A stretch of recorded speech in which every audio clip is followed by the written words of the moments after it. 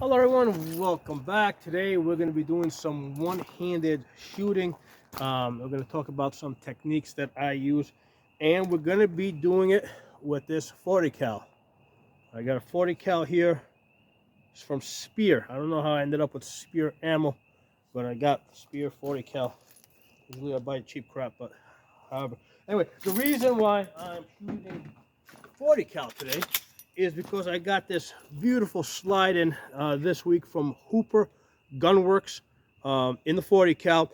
The reason why I got this is because, hey, I got this Glock, factory Glock, 40 caliber here, Glock 22, and I don't shoot it much. The reason why I don't shoot it so much is because I've built so many personally manufactured firearms that have all these beautiful slides on them. They all got optics, and I'd rather shoot those. Okay, so that's why I really hadn't been shooting the 40 cal. I had that made an aftermarket in 40 cal because I had heard some reports that the frames on the aftermarket frames did occasionally sometimes crack. So and then I got the idea, hey, let me get a slide that will go on my factory Glock 22. So I got this one here from Hooper Gunworks. It's called Lightning Cuts. It's got some beautiful cuts here.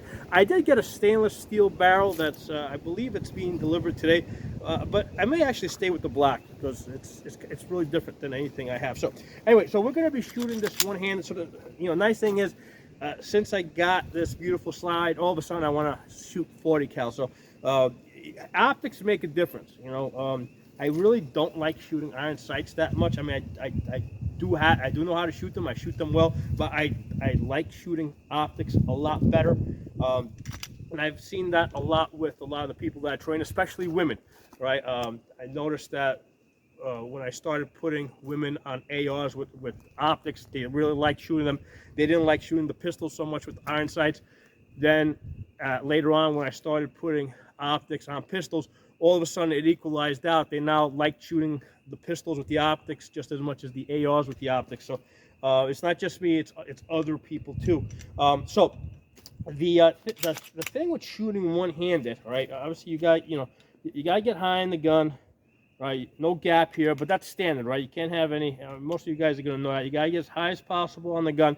Now, normally when we're shooting one-handed, right, we're trying to close this gap over here, right? Because the gun is trying to come out of the weakest part of your grip, and the weakest part is obviously going to be this opening here. So normally when we're shooting, we take this meaty part right here, and we plug that hole. We put the, there's a couple of different techniques out there, but I put my thumb up on the frame here to kind of stabilize the gun even more, lean forward into the gun. A lot of people refer to this as a gas pedaling the gun, right? And I push into it, and you want to hold the gun as tight as possible.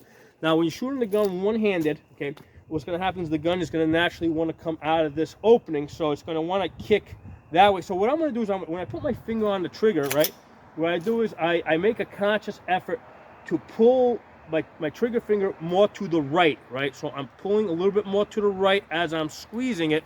And you know what? It feels like I'm pulling to the right. In fact, I'm actually pulling it back straight. Now, what happens when most of us first start shooting, we've seen so much television and nonsense that, people naturally want to put their whole finger through the gun like this, okay? So when we first teach people to start shooting, we say, hey, no, get that big finger out of there. Just put the soft part of your finger on the trigger, right? You put the most sensitive part of your finger on the trigger. So we teach people to shoot this, right, instead of that, okay? And what happens is, because of this, now they tend to push, when they're shooting, they're pushing the gun more to the left. So then what I find is I have to make more of an effort to teach people to, it almost feels like they're pulling the trigger more to the right. In fact, they're pulling it back straight, okay? But you get that sensation in your finger. It does also depend on the size of your hands, but I get a sensation that I'm pulling it a little bit more to the, I'm pulling it to the right. But the main thing is that when you press your trigger, and this is really easy to see with optics, right? When you put your finger on the trigger, especially with this gun that has an optic, I put my dot on the target.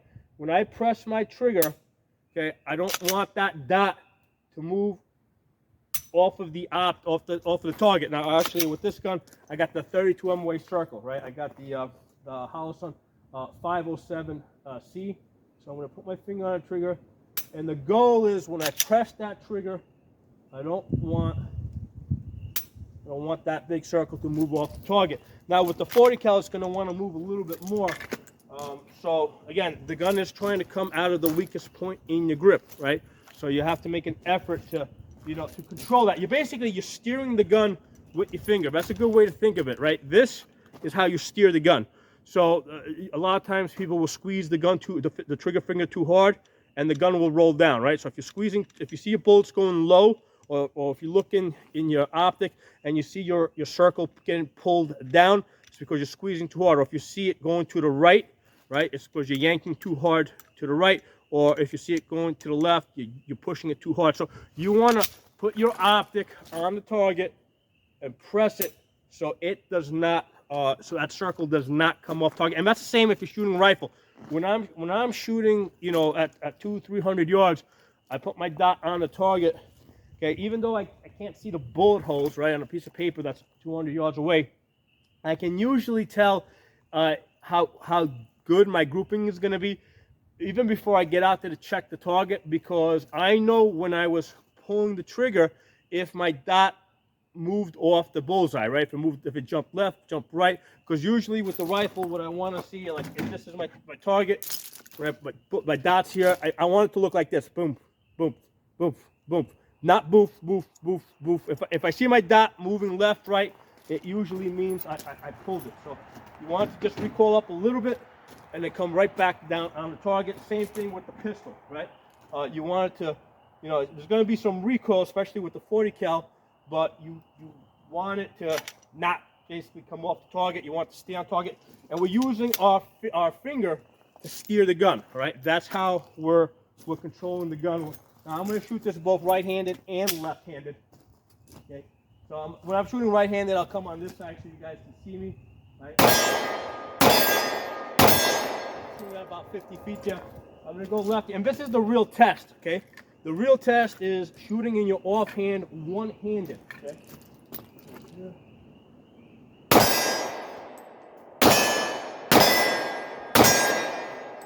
Start moving around a little bit.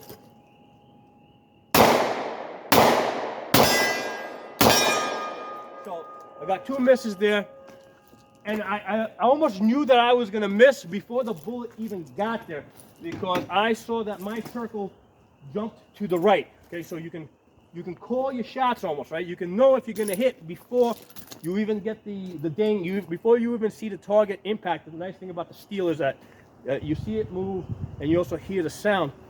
But before the bullet even got there, I knew I was going to miss those 2 shots because I saw my circle jump to the right. Okay, so again, practice a lot with the left hand. If you get good shooting one-handed, you'll be even better when you're shooting two-handed in your strong hand, right? But practice shooting left-handed too, with both hands, right? And then also one-handed like this, right? Practice coming out, practice, moving around, okay? I'll be able to go out, get that dot on target. I really don't like the 2 MOA dots on pistols. I like the 32 MOA circles or the 10 MOA chevron, right? The dot's just too small. The 10 MOA chevron on the 507 ACSS is really nice because you got that big 250 MOA circle around it. So if you come out and your alignment is really off, you can find it. Like this time I intentionally came out really off, and then if you're really off, like if I come out like this, right, you basically I gotta go back to my iron sights in order to reorient the gun, right? If I come out in an awkward position, there's lots of reasons why you might come up in an awkward position. You might be moving on uneven ground, and you may not punch straight out. Okay, but if you got the 507 ACSS with the big 250 MOA circle around it, that's going to help you guide it to the center. And the other thing is with shooting one-handed, when you're doing your presentation, think of punching, right? You punch the gun out, right? You've been pointing at things your whole life, right? you know, you practice shadow boxing, right? So the same way you punch out, right, with your hands, you punch out with the gun, right? Punch outs to the target, right? Straight out, no, you're not casting, you're not fishing, you're not bowling, right? You're punching straight out, you know, like a jab, right? Just like just like the boxer's gonna jab. Like I used to teach boxing, so same way you're gonna jab out, you go straight out, right? Straight out, and your dot's gonna be on target, okay? Straight out. All right, so I hope you guys enjoyed that.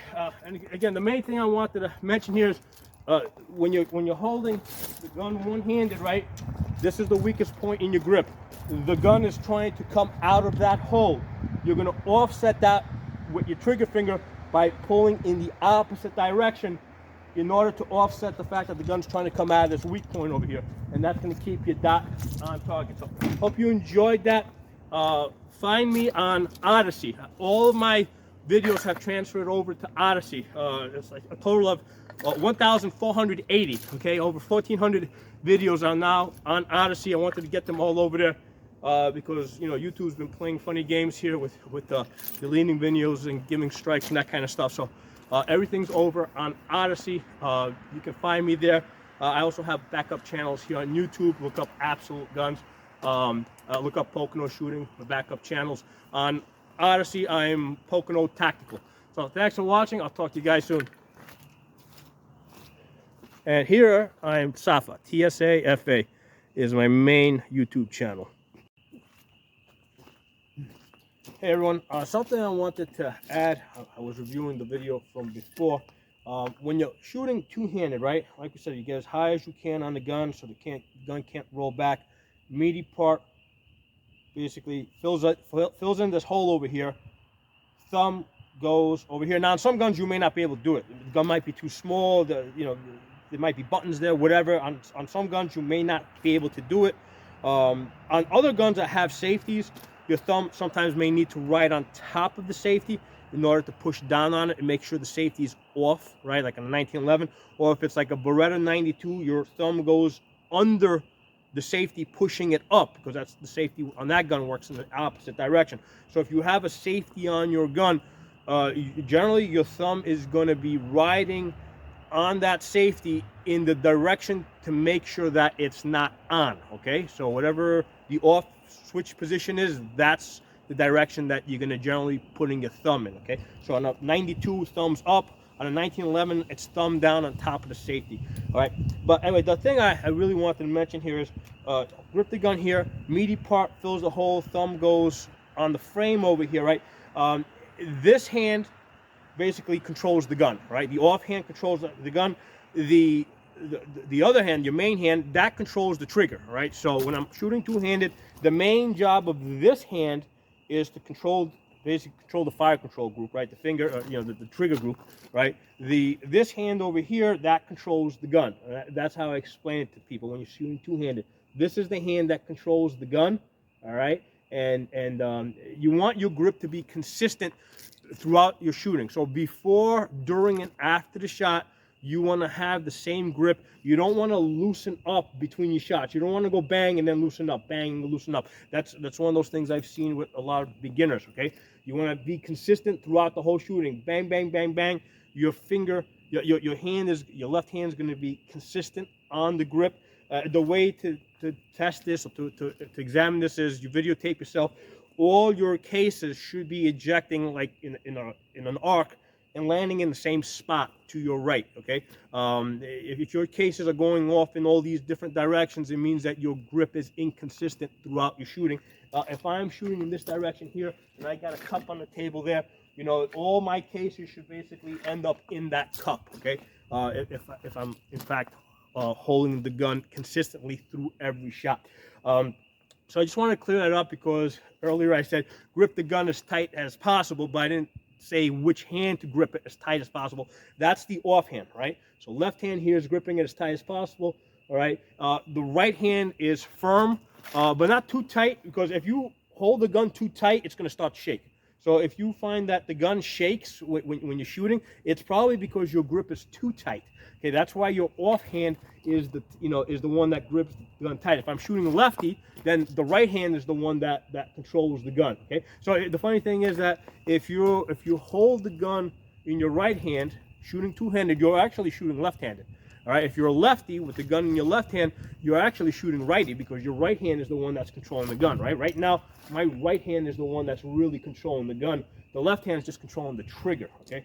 So that's how that works out. Now, if I'm shooting one-handed, obviously I don't have the option of, of getting a second hand on the gun. So I'm going to hold the gun firm, but again, not so tight that the gun starts shaking, okay? I'm going to hold it firm, and I'm going to control the fact that the gun's trying to come out of this opening here with my trigger finger, right? I'm going to apply pressure here to steer the gun and keep it where I want to keep it. And like I said, while I'm shooting, I'm focusing on my reticle to make sure it stays on target. If you don't have an optic, then you just focus on your front sight, right? So if you've got just iron sights, the problem with that is there's three things that you're looking at, right? You're looking at the target, you're looking at the front sight, you're looking at the rear sights. So there's three things. Your eye, just like a camera, can only focus on one thing at a time.